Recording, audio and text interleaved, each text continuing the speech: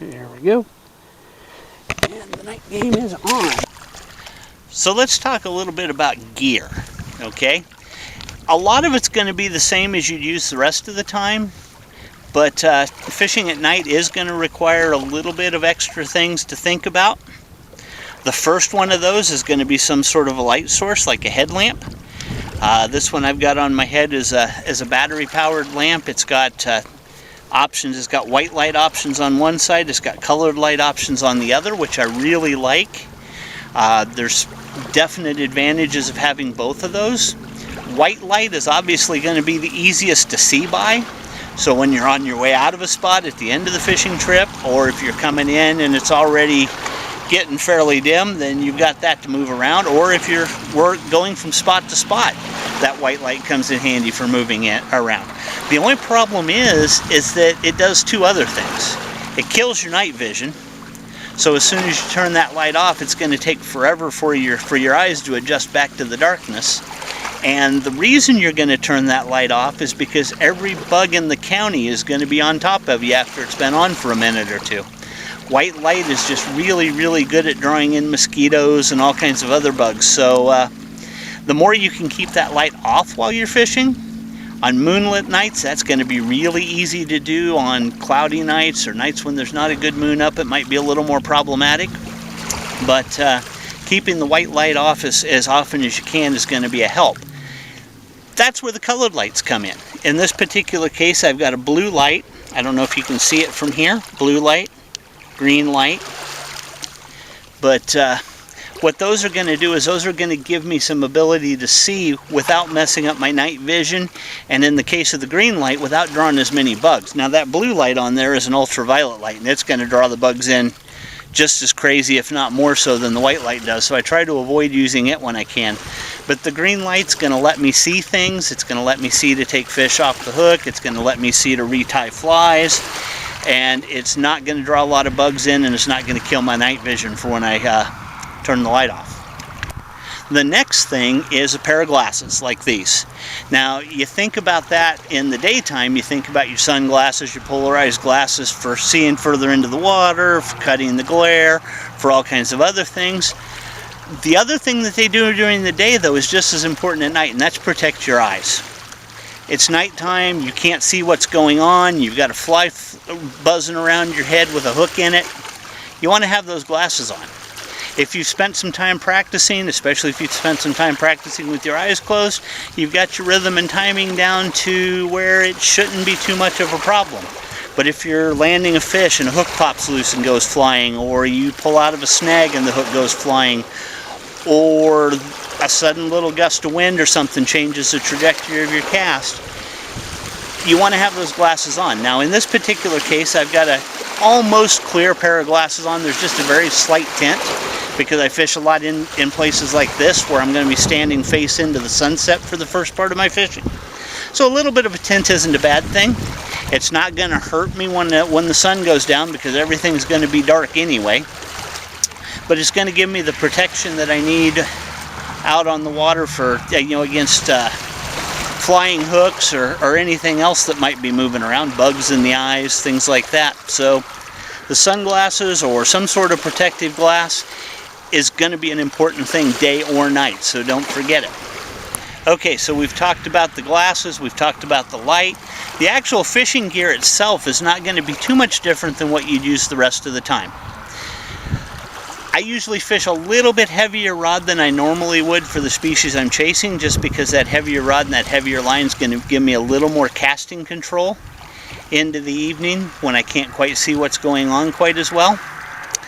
A couple of things that will be different is that I usually fish a shorter leader, again, as a control situation. Stealth isn't going to be quite an issue. You're going to be fishing mostly streamers at night, and we'll get into that in just a second. But stealth isn't going to be that big of an issue, so that shorter leader is going to give you a lot more casting control when you can't see what's going on. If you can't fish the shorter, or if you can't get down deep enough, if you're fishing streamers and you can't get deep enough with that shorter leader, you might go to a sink tip or a sinking leader butt section on your line to help get down without having to lengthen out that leader. The longer your leader gets, the more likely you are to tangle it up in the dark and never know you've done it until you catch a fish and he pulls tight against that tangle and breaks off, or you go to check your line and realize that what you've been trying to cast all this time is just a big hopeless tangle of leader. So shorter leader, usually a little bit heavier, and I'm usually throwing a little bit heavier rod and a heavier line than I normally would during the day for the flies I'm going to throw. I typically spend a lot of time throwing 4 weights and 6 weights. I throw almost entirely 6 weights at night just for that reason, even if I'm throwing the smaller flies that you'd normally throw on the 4 weight. Like I said earlier, it's going to be mostly streamer fishing, and the reason it's going to be mostly streamer fishing is that you can put a dry fly out there. You're not going to be able to see what's going on with it. You won't be able to see a fish take it. You won't be able to see if it's drifting correctly. You won't be able to see a lot of different things because, well, it's dark. Same thing with the nymph situation. If you're throwing an indicator rig or something like that for nymphs, then you're not going to be able to see what's going on with that either. So you're going to be fishing by feel, which means staying tight to your fly. So streamers, or you could strip a large nymph pattern or something like that the same way you'd fish a streamer. But that kind of fishing is going to allow you to stay tight to your lure, so you're going to sense everything that's going on. You'll know if you're bumping the bottom, you'll know when a fish strikes, so on and so forth. We can make a little bit longer cast while we've got a little bit of light like this. Once it gets dark, I'm going to kind of try to tunnel that into a more manageable distance, something I can hit with maybe 1, possibly 2 false casts. The reason for that, the reason we don't want to have a whole bunch of false casts is, again, we're going to be fishing in the dark, and so we don't want to get things tangled around rod tips and things like that. And the more false casts you make, the more likely it is for something like that to happen. The other thing that we're going to do technique-wise while we've still got the light is we're going to kind of get a sense for how big our strips are and how much line is coming in and how fast it's coming in, so that when it gets dark, we can kind of get a sense for that just by feel. We can get a feel for where we're at in our cast, so we'll know when to pick up and when to make the next cast. So hopefully by the time it gets dark, I'll have a good casting length worked out. I'll be able to time my strips so that I know how much line I'm bringing in at a time, so I'll know by instinct when to make the next cast. So we just keep, while we've got the light to do it, we can keep varying that up until we figure out what the fish want. Once it gets dark, changing things up becomes a little more precarious, so we don't want to do it unless we have to. One thing I can tell you, when it does get dark, if you do find yourself not being able to manage the amount of line you have out, reel it all in and start working line out from the beginning so that you can reset your sense of how much line you've got out there. Hopefully you get nice enough fish that you have to put a few on the reel, and you'll do that once or twice a night anyway. But it's not uncommon for something to happen and your rhythm get just a little bit off, and that's one way you can kind of reset it and get back at it. Okay.